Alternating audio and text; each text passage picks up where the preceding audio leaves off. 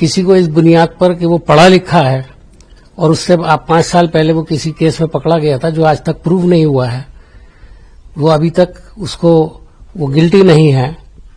अभी तक सरकार ने तो ये कहा है, पुलिस ने कहा है कि वो गुनाहगार है। तो किसी न किसी यूनिवर्सिटी में जो भी टेररिस्ट पढ़े लिखे पकड़े गए, कभी भी पकड़े गए, तो यूनिवर्सिटी में सवाल उठाने से पहले अगर सरकार के पास ऐसी कुछ चीजें हैं तो उसकी जांच होनी चाहिए। मुझे इसमें कोई बुराई की बात नहीं लगती। सवाल ये नहीं है कि आज कुछ बिल रोके गए और बहुत लंबे अरसे तक रोके गए तो मामला सुप्रीम कोर्ट में आ गया। जब किसी को इतने आला ओहदे पर बिठाया जाता है तो ये समझ के बिठाया जाता है कि उसका विवेक और उसकी सोच बुलंद होगी।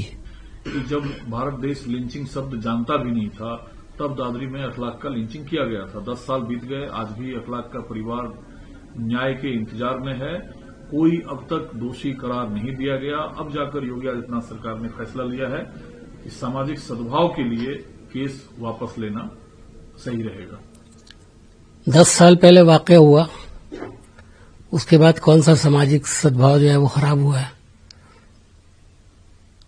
आज इस सद्भाव का नाम लेकर के उसका केस वापस लेने की बात की जा रही है।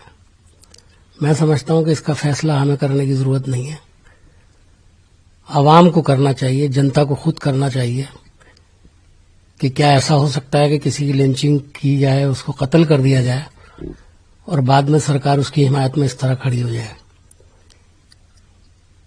इसका फैसला खुद जनता करे तो ज्यादा अच्छा है।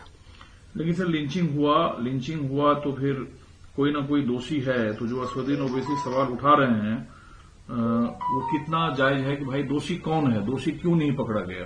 देखिए, ये सवाल बहुत सारे केसेस में उठता रहा है। मुझे असदुद्दीन ओवैसी ने क्या कहा वो तो नहीं मालूम, लेकिन सीधी सी बात है कि ऐसे केस में क्या होना चाहिए ये किसी को बताने की जरूरत नहीं है। राह चलता आदमी भी बताएगा कि अगर किसी ने कोई गुनाह किया है तो उसको सजा मिलनी चाहिए।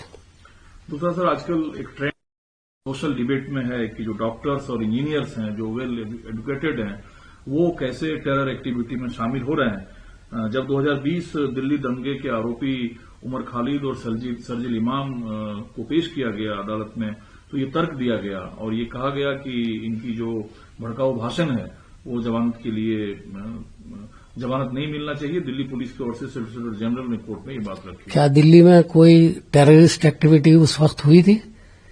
एक दंगा हुआ, उसके अंदर दोनों तरफ के फरीक शामिल थे, उसमें बहुत से लोग मारे गए। जाहिर है कि ये बात कोई अच्छी बात तो नहीं है और इसमें जो भी दोषी हैं उनको सजा भी होनी चाहिए। लेकिन टेररिज्म और फसाद, इसमें बहुत फर्क होता है। किसी को इस बुनियाद पर कि वो पढ़ा लिखा है और उससे आप 5 साल पहले वो किसी केस में पकड़ा गया था जो आज तक प्रूव नहीं हुआ है, वो अभी तक उसको वो गिल्टी नहीं है। अभी तक सरकार ने तो ये कहा है, पुलिस ने कहा है कि वो गुनाहगार है, लेकिन अदालत से कहीं अभी तक उनके गुनाहगारी के लिए कोई एक्सेप्टेबिलिटी अभी तक नहीं हुई है। और आज ये कहा जा रहा है कि इस बुनियाद पर चूंकि आज किसी ने टेरर फैलाया है उसकी वजह से उनकी जमानत भी कंसिडर। तो इस तरह तो सैकड़ों लोग, हजारों लोग जो हैं वो जेल के अंदर पड़े हुए हैं। उन सब के ऊपर भी ये रूल लागू कर दिया जाए कि अगर किसी ने चोरी की है और बाहर कोई चोर पकड़ा जाए तो उसके बाद चोर की सजा है तो उसको भी सजा पहले वाले को भी दे दी जाए। लेकिन वो वीडियो कोर्ट में दिखाया गया जो शर्जील इमाम उमर खालिद से जुड़ा है, जिसे भड़काऊ भाषण कहा जाता है, सीए ने दिया था, उस भड़काऊ भाषण को आधार मानकर पुलिस बता रही है कि जमानत नहीं मिलनी चाहिए।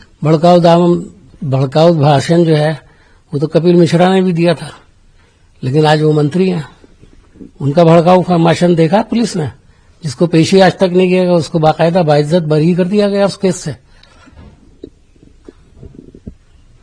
कई अपोजिशन कंप्लेन आई कि जो लेजिस्लेटिव असेंबली में विधेयक पारित किए जाते हैं राज्यपाल उसे रोके रखते हैं। सुप्रीम कोर्ट ने कहा है कि राज्यपालों के लिए विधेयकों को मंजूरी देने की कोई समय सीमा तो नहीं है, लेकिन बहुत लंबी देरी समीक्षा को आमंत्रित कर सकती है और ये न्यायिक जांच के अधीन हो सकती है। ये एक तरीके से संवैधानिक टकराव की ही स्थिति है। देखिए, टकराव तो मुझे इसमें कोई नजर नहीं आता है। प्रेसिडेंट ऑफ इंडिया हो, सुप्रीम कोर्ट का जज हो, अगर वो कोई गलत काम कर रहा है तो उसकी तरफ उंगली उठ सकती है, और ऐसा माजी में बहुत बार हुआ है। सवाल ये नहीं है कि आज कुछ बिल रोके गए और बहुत लंबे अरसे तक रोके गए तो मामला सुप्रीम कोर्ट में आ गया। जब किसी को इतने आला ओहदे पर बिठाया जाता है तो ये समझ के बिठाया जाता है कि उसका विवेक और उसकी सोच बुलंद होगी और वो अपने ओहदे के साथ इंसाफ करेगा। अगर उस इंसाफ में कहीं कमी नजर आती है तो ऐसे केसेस सामने आते हैं कि किसी के इशारे पर बिलों को रोका जाए, कानून बनने से उसको रोका जाए। तो ये अगर इस तरह की चीज होती है तो अदालत ने बहुत इज्जत के साथ आला ओहदे पर बैठे हुए लोगों की तरफ इशारतन कह दिया है कि आपको ये विवेक दिया गया है कि आप उसका फैसला करें, लेकिन उसके लिए भी कोई समय सीमा होनी चाहिए। अगर वो उसकी कोई हद नहीं है तो जाहिर है कि उसको वो कानून के दायरे में लाया जा सकता है। दूसरा सर, ट्रंप ने भारत पाकिस्तान के बीच युद्ध रोका। प्राइम मिनिस्टर ऑफ इंडिया ने फोन करके उन्हें बताया था कि भारत युद्ध नहीं करना चाहता। टैरिफ वो बढ़ाते जा रहे हैं लगातार। ये जो दावे प्रतिदावे लगातार ट्रंप की तरफ से हैं, उस पर आपकी क्या राय है?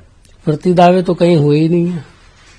अब तक जो कुछ ट्रंप साहब ने कहा है उस पर खामोशी इख्तियार की गई है। बाय एंड लार्ज अगर आप देखें 50, 51, 52 बार शायद हो गया होगा ये नंबर, और ट्रंप इस तरह की बात कर रहे हैं, लेकिन हमारी सरकार उसमें कुछ नहीं बोलती। खासतौर पर जब प्रधानमंत्री का नाम आता है तो वो खामोशी इख्तियार करते हैं। तो अब क्या कहा जा सकता है इसमें? सर, शिक्षा संस्थान जो बेहतर बनाते रहा है, अब अल-फलाह यूनिवर्सिटी से जुड़े जो मामले आ रहे हैं, इसके जो पूर्व छात्र हैं वो 2008 में हुए धमाकों में भी शामिल रहा है। ये दिल्ली ब्लास्ट के जांच के दौरान ये पता चल रहा है और ये यूनिवर्सिटी लगातार विवादों में घिरा हुआ है। मुझे इसके बारे में कोई जानकारी नहीं है, इसलिए मैं नहीं कह सकता। लेकिन जो जिस यूनिवर्सिटी में पकड़े गए हैं, तो किसी न किसी यूनिवर्सिटी में जो भी टेररिस्ट पढ़े लिखे पकड़े गए, कभी भी पकड़े गए, तो यूनिवर्सिटी में सवाल उठाने से पहले अगर सरकार के पास ऐसी कुछ चीजें हैं तो उसकी जांच होनी चाहिए। मुझे इसमें कोई बुराई की बात नहीं लगती है। सर, परिवारवाद को लेकर भारतीय राजनीति करती है। आज नीतीश जी 10वीं बार मुख्यमंत्री पद का शपथ लिए। इस बीच ये भी खबर है कि 5 विधायक जीतन राम मांझी हम के जीते जो एनडीए में भागीदार है, उसमें 80% हिस्सेदारी उनके परिवार के सदस्यों की, और 5 में से 3 उनके परिवार के सदस्य जीते हैं। जो लोग परिवारवाद के खिलाफ बातें करते हैं उन्हीं की तो सरकार बनी हुई है। एनडीए की सरकार है, और जो एनडीए का कुछ भी करता है, एनडीए के काम करने वाले सब कुछ करते हैं, उसमें शामिल पार्टियां कुछ भी करती हैं, वो सब जायज है, वो नाजायज नहीं है। कल भी मैंने आपसे सवाल किया था, मैं फिर से सवाल ने राहुल गांधी को चिट्ठी लिखी। कांग्रेस की तरफ से ये कहा जा रहा है कि डेमोक्रेसी में सवाल पूछने का मतलब हमला कब से हो गया? डेमोक्रेसी का मतलब ही है क्वेश्चन रेज करना, सवाल पूछना। अगर राहुल गांधी वोट चोरी और प्रोसेस ऑफ एसआईआर को लेकर सवाल पूछते हैं तो इसमें चुनाव आयोग पर हमला कैसे हो गया? जो लोग लोकतंत्र की मजबूती चाहते हैं, क्या इनमें 272 लोगों में ऐसे लोग हैं जो सवाल पूछने को हमला बताते हैं? बहुत सारे लोगों ने, ऐसे ही ब्यूरोक्रेट्स हैं, सरकार से भी बहुत बार सवाल किए हैं। उस वक्त तो ऐसा कोई माहौल नहीं बना जैसा बनाने की आज कोशिश की जा रही है। सरकार अगर चाहे तो कौन सा ऐसा रिटायर्ड ब्यूरोक्रेट है जिसको किसी ना किसी तरह राजी करके किसी जगह पे दस्तखत कराए जा सकते हैं? आप भी अच्छी तरह से जानते हैं और हम भी अच्छी तरह से जानते हैं कि सरकारें जब पावर में होती है तो बहुत सारे काम ऐसे करती हैं जो सिर्फ दबाव में किए जाते हैं। इन लोगों ने जिन्होंने दस्तखत किए हैं, मुझे लगता है कि बहुत सारे लोग हो सकता है कुछ चीजों से एग्री करते हो, लेकिन ये पूरा देश मानता है, आम आदमी आज मानता है कि इलेक्शन कमीशन वो रोल अदा नहीं कर रहा जो उसका दायित्व है, जो उसका फर्ज है। वो जिस तरह से काम कर रहा है, जिस तरह से अनारकी उसके अंदर है, जिस तरह कानून बना करके उनको कानून से बालातर कर दिया गया है, वो सबके सामने अगर आज इस तरह के कुछ लोग दस्तखत करते हैं तो मुझे कहना चाहिए कि मुझे शर्म आती है कि ऐसे लोग हमारे ब्यूरोक्रेट और बड़े ओहदों पर रहे हैं। लेकिन एक सवाल तो सर जायज है ना, क्योंकि भारत इतना बड़ा देश, कोई पार्टी जीत रही है, कोई पार्टी हार रही है। चुनाव आयोग का काम निष्पक्ष चुनाव कराना है, लेकिन राहुल गांधी हर चुनाव पे सवाल उठा रहे हैं कि चुनाव फेयर नहीं है, चुनाव में राहुल गांधी कोई भी बात बगैर बुनियाद के नहीं कहते। वो जब भी कोई बात कहते हैं उसकी बुनियाद होती है। वोट चोरी का जब मसला उन्होंने उठाया है तो प्रूफ दिया है, 6 महीने की मेहनत के बाद पार्टी के लोगों ने और उनके से जुड़े हुए लोगों ने काम किया है, उसको निकाला है और उसको देश के सामने रखा है। चुनाव आयोग ने उसका कोई जवाब नहीं दिया। चुनाव आयोग ने बल्कि ये कह दिया कि वो हमको खत लिखें तो हम उसके बाद देखेंगे क्या करना है, और अगर उनमें हिम्मत है तो 7 दिन के अंदर जवाब दें, वरना आज तक तो कुछ नहीं हुआ। तो ये जो धमकियां एक तरह से चुनाव आयोग से मिल रही हैं, ये भी ये धमकियों का ही एक स्टाइल है जो सरकार के द्वारा दस्तखत करा के ऐसे बयानात दिलवाए जा रहे हैं।